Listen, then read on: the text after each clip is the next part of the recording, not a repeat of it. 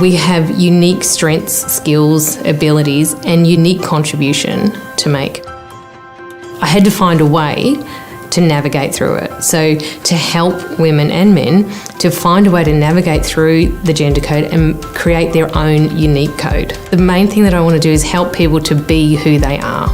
And it might sound a little bit cliched, but to drop the masks, surmount the barriers and just be exactly who they are and use that as an internal compass rather than being someone that, society or their family or the workplace thinks they need to be to belong.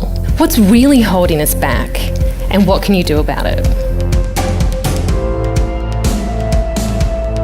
I'm a code breaker from way back, playing competitive sports, being in male-dominated arenas, working in male-dominated industry, in like big boys' toys, mining, engineering. And I discovered the gender code, that set of default beliefs where we pigeonhole women as supporters and carers and men as providers.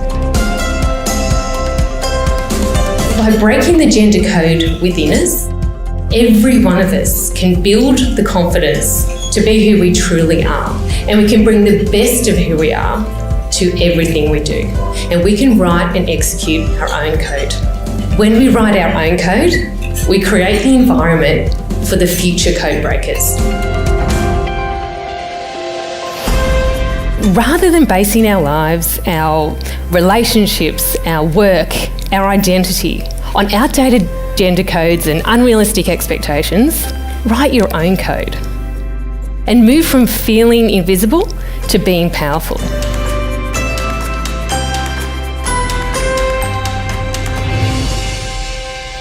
There is a way to relieve the gender code pressure, to bridge the expectation gap, and to navigate to a more fulfilling reality. And a conversation with my 10-year-old son showed me how. The key is to be open and curious. My book called Breaking the Gender Code, how women can use what they already have to get what they actually want. So I use everything that I've gathered in that book and practical frameworks to now work with businesses and focus on helping them see the impact of the gender code on their business and their people and help them to expose it, decode it and recode it. What's been fueling me since I released the book is people coming to me and saying, this has made a difference.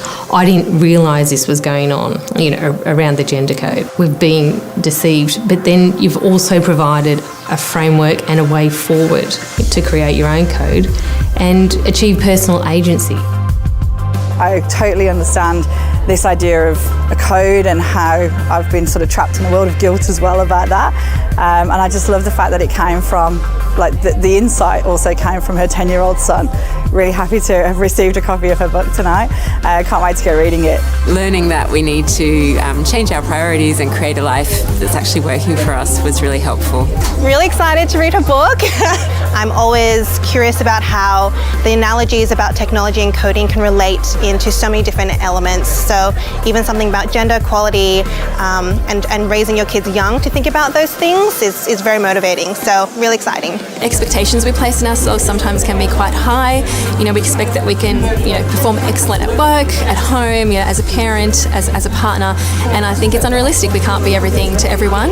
This is kind of knowledge that needs to be passed on and shared and talked about. We get faced with lots of challenges, and I think it's more about reading into that we can program our own life. And if we talk about breaking our code and creating our code, there's some important points in that into actually, investing in ourselves. Post-pandemic, in this world we're now living in, what's most important to our leadership, to our clients, but also to our people? Going outside the box and the normal coding and algorithm how we run business and how we do things, and thinking differently.